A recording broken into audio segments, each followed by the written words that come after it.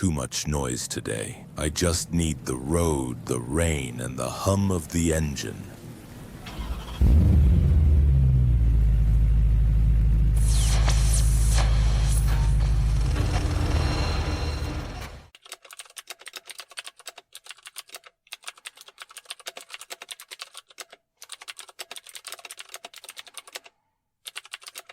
Have you ever felt like there's a part of you don't really understand?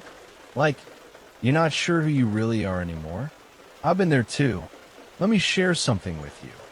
Maybe it'll help you see things a little clearer. You ever have that sinking feeling, like you're moving through life, doing the same things, thinking the same thoughts, bumping into the same problems, but you can't quite explain why you feel stuck?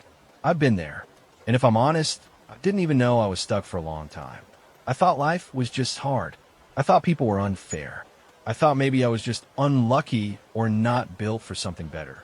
But over time, painfully, slowly, I realized it wasn't the world holding me back. It was me, my habits, my patterns, my blind spots. It was the way I kept tripping over the same invisible wire and blaming the floor. There's this quote I read once that hit me right in the gut. Until you make the unconscious conscious, it will direct your life, and you will call it fate. That's Carl Jung. And when I first read those words, it felt like someone had cracked open my skull and shined a flashlight on everything I didn't want to see. Not because I was evil or broken, but because I was asleep, sleepwalking through my own damn life. It's easy to think stupidity means a low IQ or being bad at math or something. But I've come to understand it as something else entirely, a stubborn refusal to see, a deep resistance to change, a quiet, self-defeating loop of behaviors that keeps us trapped in the same situations over and over. And the scariest part? We often don't even know it's happening. We just call it bad luck, or that's just the way I am. I used to catch myself getting frustrated at other people, bosses who didn't get me, friends who didn't support me, partners who never understood me. But looking back, I see how often I was blind to my own role in the drama. How I sabotaged opportunities, how I resisted feedback, how I clung to the familiar even when it hurt. There was one year, I remember it vividly, when I hit the same wall in 3 different areas of my life. My job felt suffocating. My relationship was crumbling. My health was in shambles. And every time I thought I'd figured it out, I'd find myself back in the same emotional ditch weeks later. It wasn't until I sat down, exhausted and raw, and asked myself the scariest question I'd ever asked. What if I'm a common denominator? That question tore through me. It wasn't self-blame. It was deeper. It was self-confrontation. I realized I had been living inside a story, a carefully constructed narrative where I was always the misunderstood hero and the world was always the villain. But that story wasn't helping me. It was keeping me small. And the thing is, I wasn't doing it on purpose. None of us are. These patterns start early. Maybe it's something we learned in childhood. How to survive, how to be seen, how to protect ourselves from pain. Maybe we grew up in homes where admitting you were wrong meant punishment. So we learned to double down instead of reflect. Maybe we had to be the strong one, the perfect one, the funny one. And we got so good at playing that role, we forgot it was just a role. But the truth is, those patterns that once protected us eventually become our prison. They keep us from growing. They keep us from changing. They keep us from connecting. And worst of all, they keep us from knowing who we really are. I remember one day, I snapped at someone I cared about over something small like a forgotten message. And afterward, I sat alone in my room, sick with guilt, and I whispered, "Why do I always do this?" Not in anger, in despair. And that moment, that quiet, trembling moment, was the beginning of something new. Because for once, I didn't justify it. I didn't blame on a bad day or on someone else. I just sat with the question. I let it break me open. And maybe that's where real change starts. Not with grand declarations or New Year's resolutions, but with quiet moments of brutal honesty. With looking at ourselves not to shame or punish, but to understand. To see what's been hiding in plain sight. I wish someone had told me earlier that being stuck doesn't mean you're broken. It means there's something you haven't yet seen. And once you do, everything can begin to shift, slowly, painfully, beautifully. But first, you have to be willing to look. Not outside, but in. And that's the hardest part, isn't it? Looking inward. It's so much easier to blame the world, to stay numb, to keep doing what we've always done. But that road only loops back on itself. It never leads anywhere new. So if you've ever felt like your life is on repeat, if you've ever whispered "not again" to yourself after messing up for the 100th time, I just want to say, you're not crazy and you're not alone. You're probably just on the edge of something real, something raw, something honest. And I promise, on the other side of that honesty, there's freedom. There's a strange kind of confidence that comes with knowing just enough to sound smart, but not enough to actually understand. I've worn that mask before, too many times if I'm being real. I'd skim an article, hear a podcast clip, or read a bold quote on Instagram, and suddenly feel like I'd uncovered the truth about life, politics, psychology, you name it. And because it felt good, because it stroked my ego, I'd talk like I knew what I was saying. But here's the dangerous part. When you build your identity around shallow certainty, you stop asking questions. You stop listening. You stop learning. And you don't even notice it happening because everything around you, the people you follow, the content you consume, the feedback loops of your digital world, reinforces that illusion. It's like living in a hall of mirrors where every reflection agrees with you. That's what scared me the most once I started waking up. Not how much I didn't know, but how deeply I believed I did. I had to confront the fact that I wasn't curious anymore. I was defensive. I wasn't seeking growth. I was seeking confirmation. And that's a trap. A cozy, self-congratulatory trap. Have you ever caught yourself scrolling through social media? Not because you're learning, but because you want to feel right? You want to hear people echo your opinions, validate your pain, justify your perspective. I used to think that was harmless. Now I see it's one of the most subtle forms of self-destruction because it feeds your pride while starving your soul. I remember a conversation that changed me. A friend, one of the few who doesn't sugarcoat things, gently said, "You speak so confidently about things you've never lived." It hit me like a punch to the chest. I wanted to argue, to defend myself, to pull out references and quotes and reasons. But deep down, I knew they were right.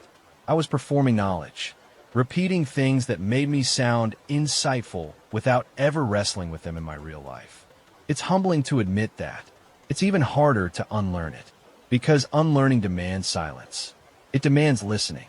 It demands saying, "I don't know," and meaning it. And for someone who's built their worth on being the one who does know, that's terrifying. But here's the gift hidden in that terror. The moment you stop pretending, you can start truly growing.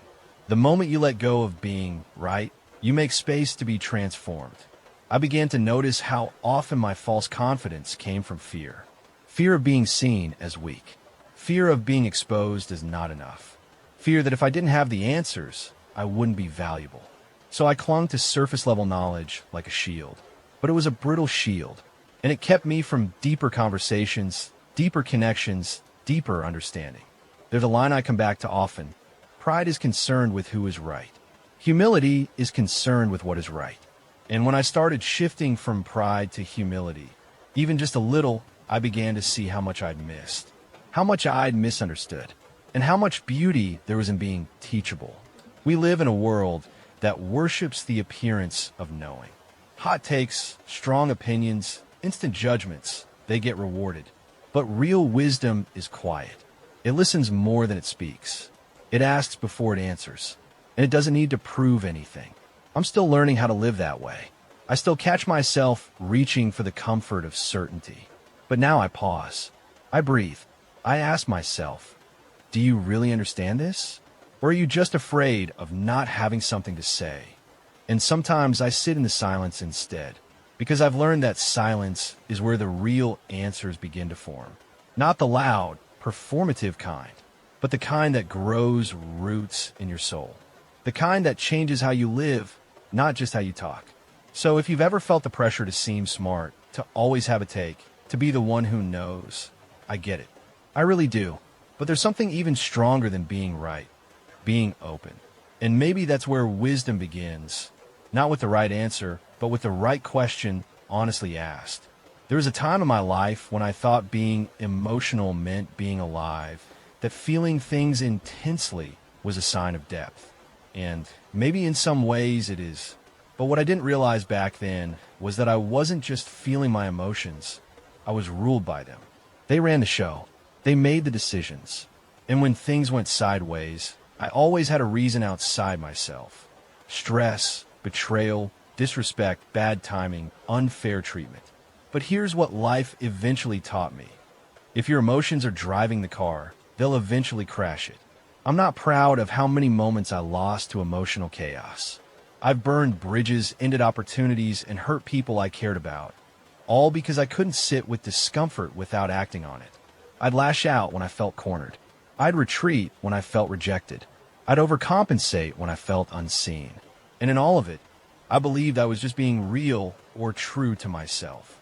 But that wasn't truth. That was impulse dressed up as authenticity.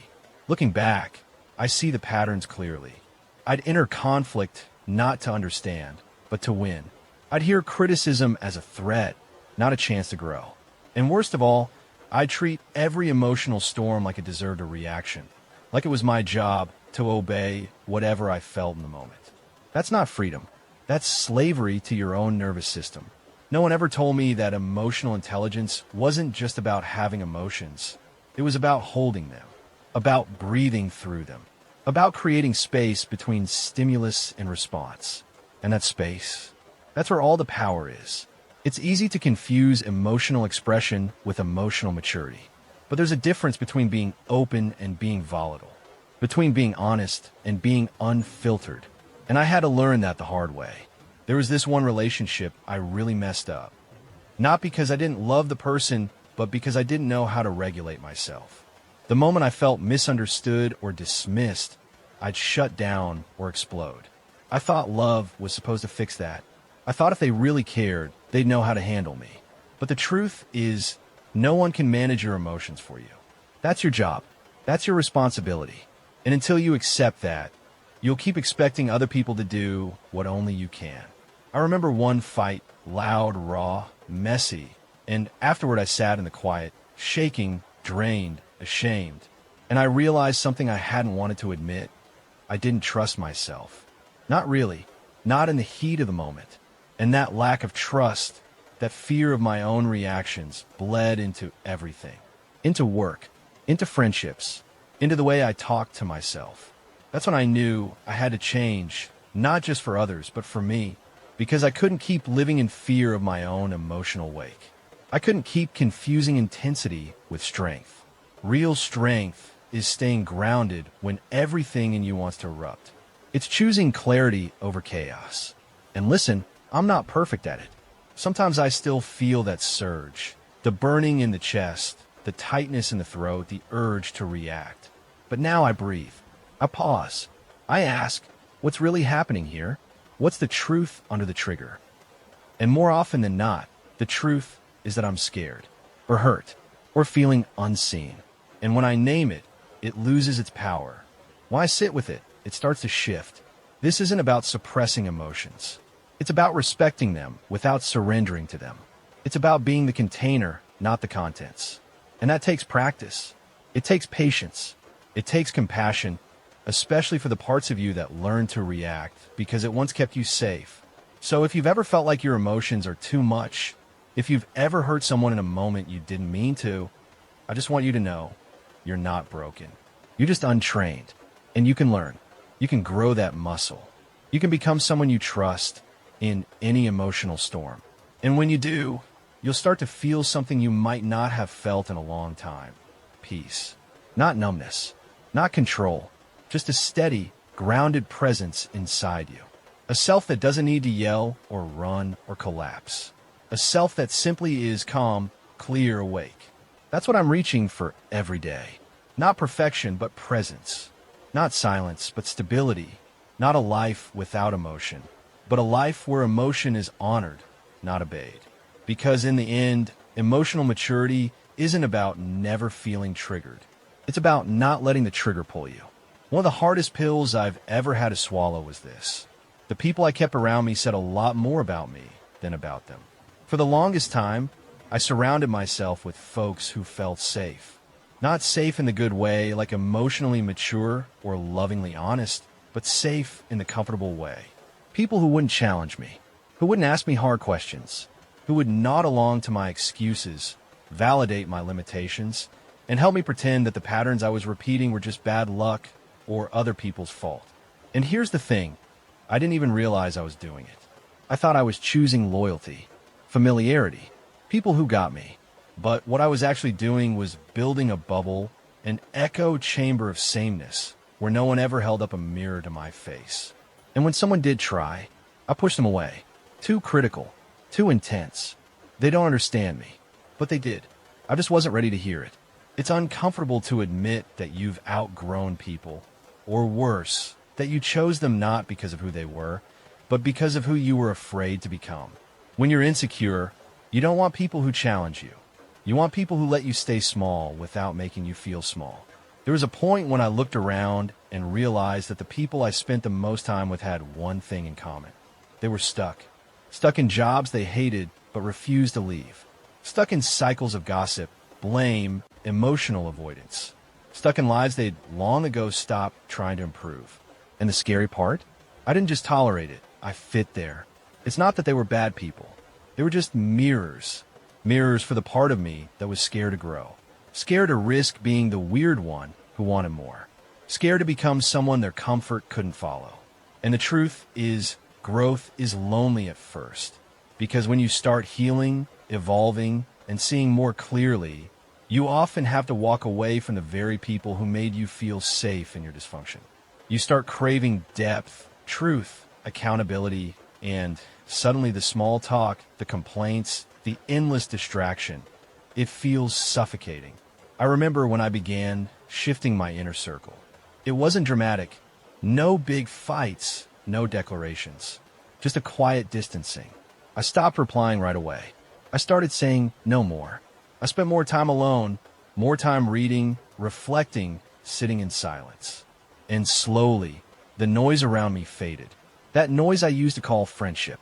What was left were a few rare souls who didn't just tolerate my growth. They expected it. These were people who called me out gently, but firmly. Who asked questions that made me think, not just feel. Who celebrated my efforts more than my outcomes.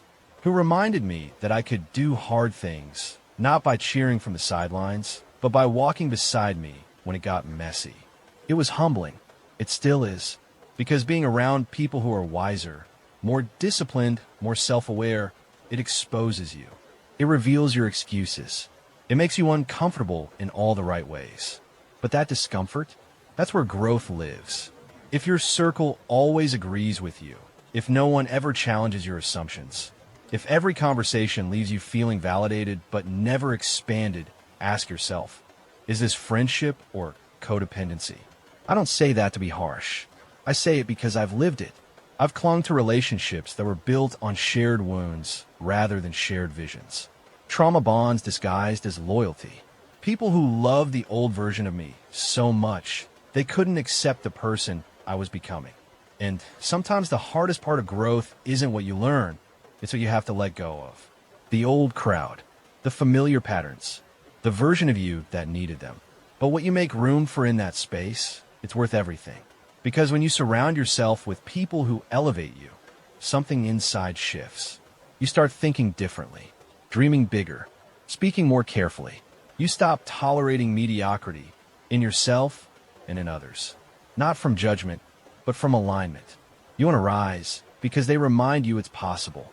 So if you feel like your environment is holding you back, like your circle doesn't reflect your potential, trust that feeling. It's not ego. It's your soul asking for more. And don't be afraid to stand alone for a while. That space, that solitude, it's sacred. It's where your new self gets built. Because the people meant for you, the ones who truly see you, challenge you, grow with you, they don't keep you small. They help you rise. There was a period in my life when I couldn't go 10 minutes without reaching for something. My phone, a snack, a drink, a distraction, anything. I wasn't bored. I was avoiding silence, avoiding myself. I'd scroll for hours, jumping from one dopamine hit to the next. Reels, memes, headlines, meaningless chatter. I told myself it was relaxing, normal, just how people unwind now. But somewhere deep down I knew I wasn't resting. I was numbing. It's a terrifying thing when you realize you've built an entire lifestyle around avoiding discomfort. I didn't want to feel lonely, so I swiped endlessly through dating apps. I didn't want to feel failure, so I drowned myself in entertainment. I didn't want to feel pressure, so I procrastinated and then rushed things last minute, convincing myself I worked better under stress.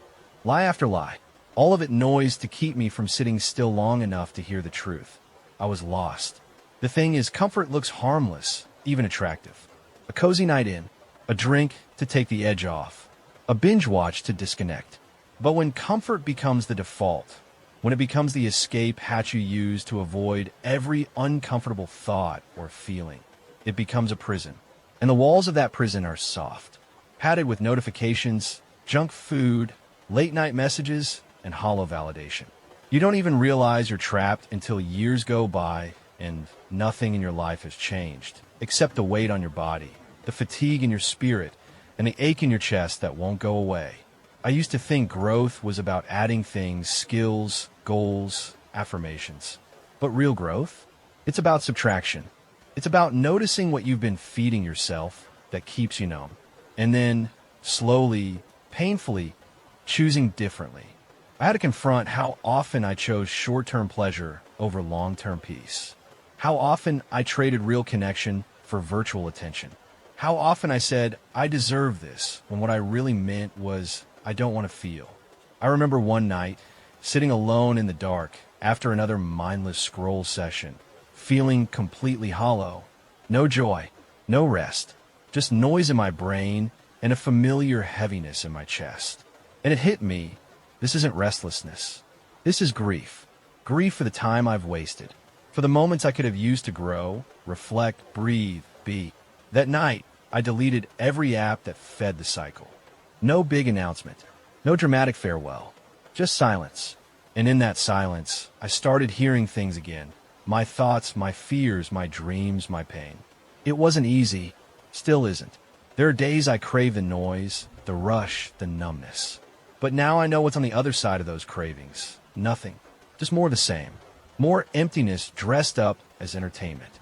What I've learned is this. Discomfort isn't the enemy. Discomfort is the invitation. It's your soul's way of getting your attention. It says, something isn't right here. Look closer. And the more you run from it, the louder it gets, until it erupts as anxiety, burnout, depression, disconnection. We're not meant to be constantly stimulated. We're not wired to consume endlessly.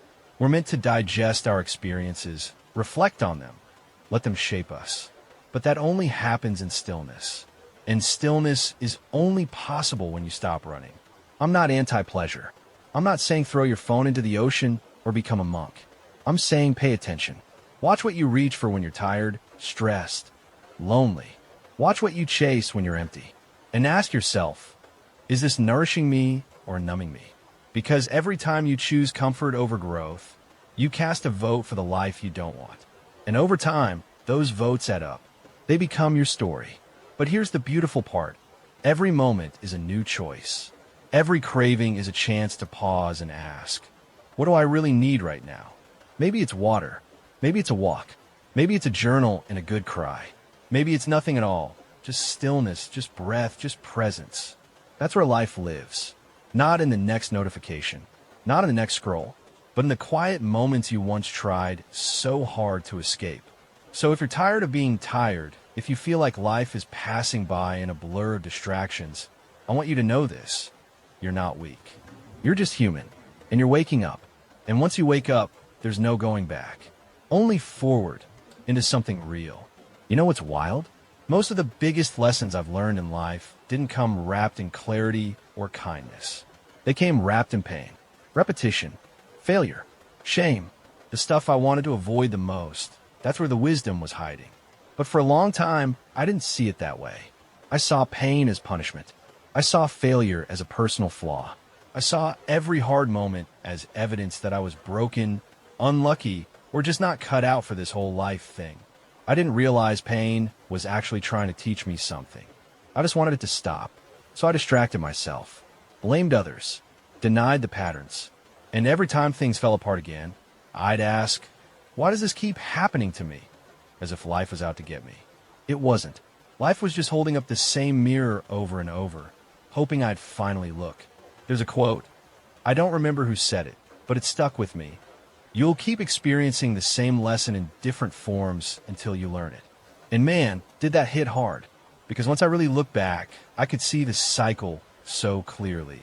Same kind of relationship, same kind of emotional crash, same self-sabotage right before I'd get close to something meaningful.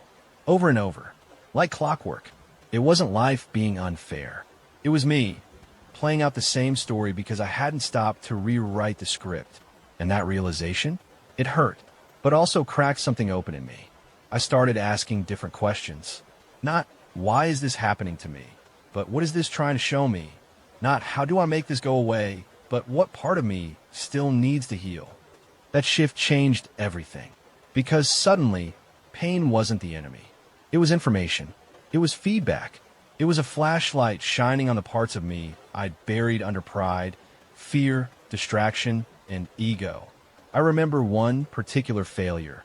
A project I poured my heart into that completely tanked. I was embarrassed, angry. I wanted to disappear. But after a few days of sulking and blaming the world, I did something different. I sat down and asked, okay, what did I miss? What did I ignore? What truth did I avoid? And the answer was clear. I hadn't listened. To the feedback, to my gut, to the signs that I was forcing something instead of building it with intention. That failure wasn't about the outcome. It was about the approach. And in that moment, I got better, wiser. Not because I succeeded, but because I reflected. See, reflection is what turns pain into wisdom. Without it, we just repeat the same suffering. With it, we grow. Slowly, yes. Imperfectly, absolutely. But we grow. And that's what separates people who evolve from people who stay stuck. It's not who gets hurt and who doesn't. It's who's willing to learn from the hurt instead of running from it. Now, I won't lie. This kind of inner work isn't sexy. It doesn't get applause. It won't show up in your highlight reel. But it's the most powerful kind of transformation there is. Quiet, deep, rooted. It looks like asking, what's my role in this pattern? Instead of who's to blame. It looks like choosing to journal through the shame instead of numbing it with distractions. It looks like reaching out for help. Not because you're weak, but because you're finally strong enough to stop pretending you've got all together. And over time, something incredible starts to happen. You begin to trust yourself again. Not because you avoid mistakes, but because you learn from them. You start showing up to life with more presence, more humility, more peace. You stop fearing discomfort and start welcoming it. Not in a masochistic way, but in a mature, grounded way that says, I'm here for this. Even hard stuff, especially the hard stuff.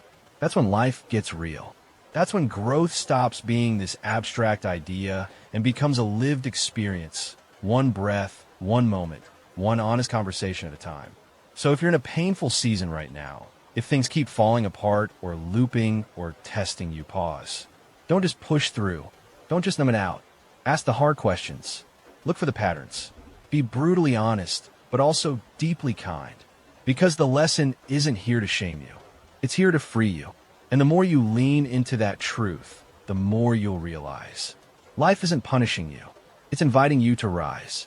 There's this quiet moment that comes after the chaos, after the pain, after the self-confrontation. A moment when you realize you're no longer reacting to life the way you used to. You don't explode like before. You don't spiral as quickly. You don't hide as deeply. It's not that you're perfect, you're far from it. But something inside you has shifted. And that shift, that's power. Not the loud, dominating kind. Not the kind that demands attention or seeks applause. I'm talking about real power. The kind that lives in self-awareness, in emotional regulation, in quiet clarity. That's what I've been learning and unlearning piece by piece. That the goal isn't to be right, it's to be aligned. It's not about having control over others. It's about having control over yourself. Your mind, your choices, your direction. And it's in that space between impulse and response, between thought and action, that you start designing a different kind of life. A life with discipline, with integrity, with depth. For the longest time, I thought success came from talent or hustle or even luck. But now I see it differently. Success, real success, the kind that brings peace, comes from discipline, from doing the work when no one's watching, from keeping your word to yourself, from showing up even when it's hard, even when you're tired, even when you'd rather escape. It's making the hard decision today that your future self will thank you for tomorrow. It's choosing to be around people who challenge you, not flatter you. People who tell you the truth, not just what's easy to hear. People who stretch your vision, who call out your greatness, who won't let you shrink just because it's comfortable. It's waking up early to read instead of scrolling. Saying no to temporary pleasure because you're building long-term joy. Having the hard conversation instead of avoiding it. Pausing before you react. Reflecting after you fail. That's not just maturity. That's mastery. And the more I practice it, the more I realize something important. This kind of life isn't exclusive. It's not reserved for the chosen few. It's available to anyone who's willing to choose it. Over and over again, even when it's inconvenient. Especially when it's inconvenient. Because intelligence isn't fixed. It's not a score. It's not a label. It's a choice, a daily decision to grow, to learn, to evolve. And stupidity? That's a choice too. It's the decision to stay asleep, to stay stuck, to keep doing the same thing while expecting different results. You don't have to live that way. Not anymore. You can break the cycle. You can step out of the fog. You can start becoming someone you trust. Someone who leads their life instead of being led by it. And I'm not saying it's easy. This road asks everything from you. It asks for your ego, your comfort, your excuses. But it gives you something far more precious in return. Yourself. The real you. The one beneath the pain, the noise, the masks. The one who's been quietly waiting for you to show up fully. So if you've made it this far, if you've read these words and felt them, I want to tell you something simple and true. You're not average. You're not hopeless. You're not too late. You're becoming. And becoming takes courage. So keep going. Keep choosing growth. Keep being honest even when it hurts. Keep investing in the quiet work no one sees. Because every small shift matters. Every choice to reflect instead of react, to listen instead of defend, to rise instead of retreat, it all adds up. That's how transformation happens. Not in one big moment, but in 1,000 quiet ones. And one day, without even realizing it, you'll look in the mirror and see someone different. Not someone new, but someone true. Someone who didn't settle for comfort. Someone who faced the hard stuff. Someone who built a life and a self worth trusting. Someone free. If this felt meaningful to you, it might mean something to someone else too. So hit like, leave a comment, or subscribe. That's how YouTube knows to share it with others. Maybe together, we can help someone see things a little differently.